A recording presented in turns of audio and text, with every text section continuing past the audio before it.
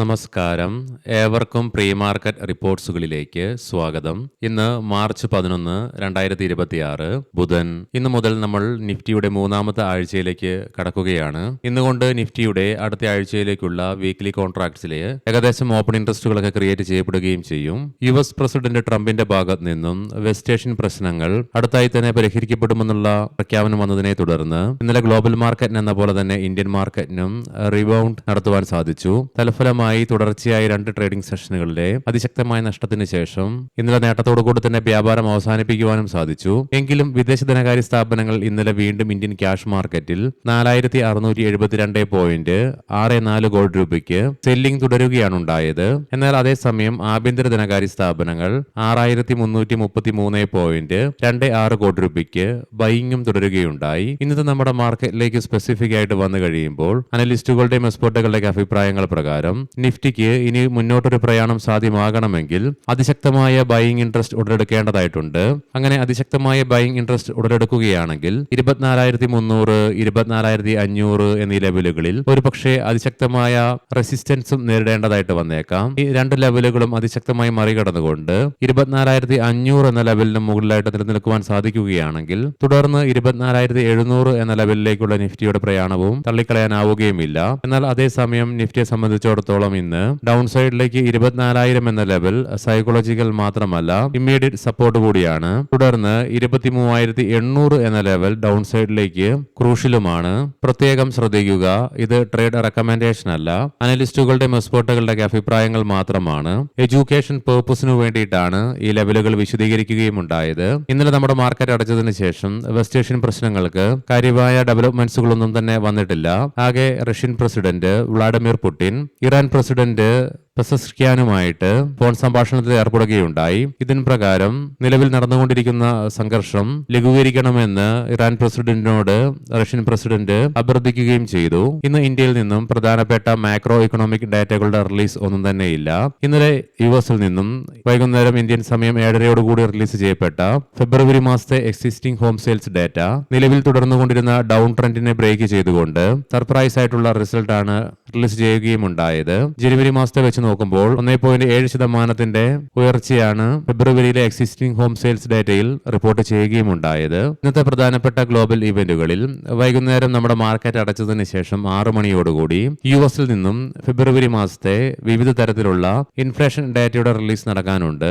Leading ആയ ADR സ്റ്റോക്സിൽ ഇന്നലെ HDFC bank ADRന് 0.25%, Infosys ADRന് 2.5%, നഷ്ടത്തോടുകൂടി വ്യാപാരം അവസാനിപ്പിക്കേണ്ടി വന്നപ്പോൾ വിപ്രോ ADRന് 10%, ആക്സിസ് ബാങ്ക് ADRന് 2.5% നേട്ടത്തോടുകൂടി തന്നെ വ്യാപാരം അവസാനിപ്പിക്കുവാനായപ്പോൾ ഡോക്ടർ റെഡ്ഡീസിന് 0.25%, ICICI ബാങ്ക് ADRന് നേരിയ നേട്ടത്തോടുകൂടിയും വ്യാപാരം അവസാനിപ്പിക്കുവാനുമായി. ഗ്ലോബൽ മാർക്കറ്റുകൾ പരിശോധിക്കാം. ഇന്നലെ US മാർക്കറ്റിൽ S&P 500ന് 0.5% നഷ്ടത്തോടുകൂടി വ്യാപാരം അവസാനിപ്പിക്കേണ്ടി വന്നപ്പോൾ നാസ്ഡാക്കിന് ഫ്ലാറ്റ് ആയിട്ടാണെങ്കിലും പോസിറ്റീവ് സെന്റിമെന്റ്സോടുകൂടി വ്യാപാരം അവസാനിപ്പിക്കുവാനുമായി. യുഎസിലെ ഡോ ജോൺസ് ഫ്യൂച്ചർ നിലവിൽ 137 പോയിന്റുകളുടെ നേട്ടത്തിലാണ് വ്യാപാരം നടത്തിക്കൊണ്ടിരിക്കുന്നതും. യൂറോപ്യൻ മാർക്കറ്റ്സിൽ UK മാർക്കറ്റിന് 1.5%, ഫ്രാൻസ് മാർക്കറ്റിന് 1.25%, ജർമ്മൻ മാർക്കറ്റിന് 2.25% നേട്ടത്തോടുകൂടി തന്നെ വ്യാപാരം ഇന്നലെ അവസാനിപ്പിക്കുവാനുമായി. ഗിഫ്റ്റ് നിഫ്റ്റിയുടെ നിലവിലെ ഇൻഡിക്കേഷൻ പ്രകാരം ഗ്യാപ് ഡൗൺ ഓപ്പണിംഗ് ആണ് ഇന്ന് നമ്മുടെ മാർക്കറ്റിൽ എക്സ്പെക്ട് ചെയ്യുവാനായിട്ട് സാധിക്കുക.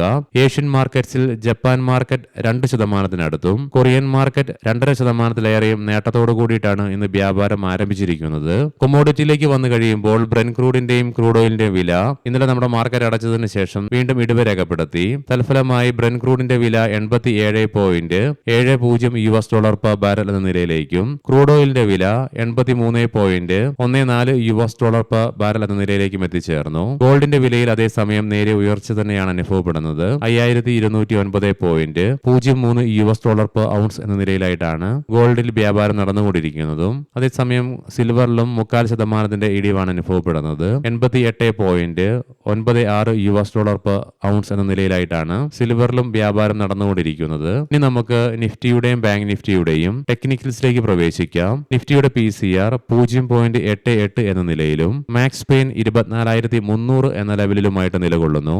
ബിയേഴ്സിന്റെയും ബുൾസിന്റെയും ഇടയിലുള്ള ഇൻഡിസിഷനെ സൂചിപ്പിച്ചുകൊണ്ട് doji like candle stick pattern ആണ് നിഫ്റ്റിയുടെ ഡെയിലി ചാർട്ട്സിൽ നിന്നും ദൃശ്യമാകുന്നത്. RSIയിലും നേരിയ ഉയർച്ച രേഖപ്പെടുത്തുവാൻ സാധിച്ചതിനെ തുടർന്ന് ഇന്നലെ നടന്ന റീബൗണ്ടിനെ തുടർന്ന് RSIയിലും നേരിയ ഉയർച്ച രേഖപ്പെടുത്തിയതിന്റെ ഫലമായിട്ട് 34.22 എന്ന ലെവലിലേക്കും എത്തിച്ചേർന്നു. വീക്കിലി ഓപ്ഷൻസ് ഡാറ്റ പ്രകാരം 25,000 എന്ന സ്ട്രൈക്കിലാണ് കോൾ സൈഡിൽ ഏറ്റവും കൂടുതൽ ഓപ്പൺ ഇൻട്രസ്റ്റ് കാണുവാനായിട്ട് സാധിക്കുക. അതേ സ്ട്രൈക്കിൽ തന്നെയാണ് ഏറ്റവും കൂടുതൽ കോൾ റൈറ്റിംഗും നിലവിൽ കാണുന്നത്. 24,000 എന്ന സ്ട്രൈക്കിലാണ് പുട്ട് സൈഡിലേക്ക് ഏറ്റവും കൂടുതൽ ഓപ്പൺ ഇൻട്രസ്റ്റ് കാണുവാനായിട്ട് സാധിക്കുന്നതെങ്കിലും 24,200 എന്ന സ്ട്രൈക്കിലാണ് ഏറ്റവും കൂടുതൽ പുട്ട് റൈറ്റിംഗ് നിലവിൽ കാണുക.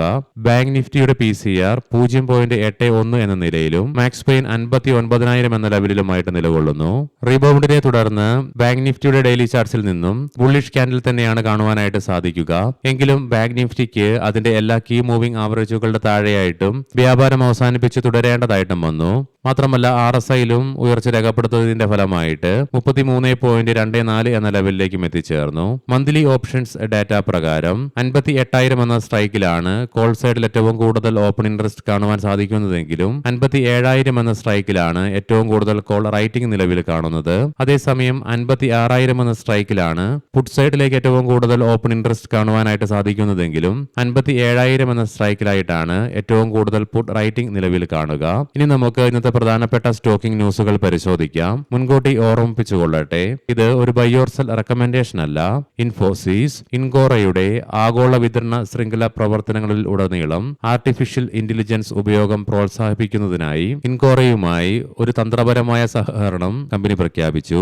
വാരി റിന്യൂവബിൾ ടെക്നോളജീസ് 300 മെഗാവാട്ട് ശേഷിയുള്ള ഒരു ഗ്രൗണ്ട് മൗണ്ടഡ് സോളാർ PV പ്ലാന്റിനായുള്ള എഞ്ചിനീയറിംഗ്, സംഭരണം, നിർമ്മാണ ജോലികൾ നിർവഹിക്കുന്നതിനായി ഒരു കരാറിൽ കമ്പനി ഒപ്പുവെച്ചു. അരവിന്ദ് സ്മാർട്ട് സ്പേസസ് ആകെ 2.5 ലക്ഷം ചതുരശ്ര അടി വിസ്തീർണവും ഏകദേശം 330 കോടി രൂപയുടെ ടോപ്പ് ലൈൻ സാധ്യതയുമുള്ള ഒരു പുതിയ റെസിഡൻഷ്യൽ ഹൈറൈസ് പ്രൊജക്ട് ബംഗളൂരുവിലെ വൈറ്റ് ഫീൽഡിൽ കമ്പനി ഏറ്റെടുത്തു. സെൻട്രൽ ബാങ്ക് ഓഫ് ഇന്ത്യ മത്സരാധിഷ്ഠിത നിരക്കിൽ വായ്പകൾ വാഗ്ദാനം ചെയ്യുന്നതിനായി ബാങ്ക് കാപ്രി ഗ്ലോബൽ ക്യാപിറ്റലുമായി സഹവായ്പ പങ്കാളിത്തം പുതുക്കുകയും ചെയ്തു. ഹിന്ദുസ്ഥാൻ സിങ്ക് പാർക്കിൽ സിങ്ക് അലോയ് നിർമ്മാണ സൗകര്യം സ്ഥാപിക്കുന്നതിനായി ഇന്ത്യയിലെ മുൻനിര നോൺ ഫെറസ് റീസൈക്ലിംഗ് കമ്പനിയായ CMRC ഗ്രീൻ ടെക്നോളജിയുമായി കമ്പനി ഒരു ധാരണാപത്രത്തിൽ ഒപ്പുവെച്ചു. HG infra engineering Anuppur thermal എനർജിയിൽ നിന്ന് 401.33 കോടി രൂപയുടെ ഓർഡർ കമ്പനിക്ക് ലഭിച്ചു. പോളിക്യാബ് ഇന്ത്യ 2024-25 അസസ്മെന്റ് വർഷവുമായി ബന്ധപ്പെട്ടുകൊണ്ട് ടാക്സ് ഡിപ്പാർട്ട്മെന്റിൽ നിന്നും ലഭിച്ച 327.47 കോടി രൂപയുടെ ഡിമാൻഡ് നോട്ടീസ് 57.58 കോടി രൂപയായി ആദായ നികുതി വകുപ്പ് കുറയ്ക്കുകയുണ്ടായി. ഇന്റർഗ്ലോബ് ഏവിയേഷൻ ഇന്നലെ, അതായത് മാർച്ച് 10 മുതൽ പ്രാബല്യത്തിൽ വരുന്ന തരത്തിൽ Shri Peter Elberts chief executive officer സ്ഥാനം രാജിവെക്കുകയുണ്ടായി. കിർലോസ്കർ ഓയിൽ എഞ്ചിൻസ് 70 വയസ്സ് തികയുന്നതോടെ 2026 March 31 Shri Atul Kirloskar board chairman സ്ഥാനത്ത് നിന്ന് വിരമിക്കും. ഏവർക്കും നല്ല ഒരു ട്രേഡിംഗ് ദിനം ആശംസിക്കുന്നു. വൈകുന്നേരം പോസ്റ്റ് മാർക്കറ്റ് റിപ്പോർട്ട്സുമായി കണ്ടുമുട്ടാം. നന്ദി, നമസ്കാരം.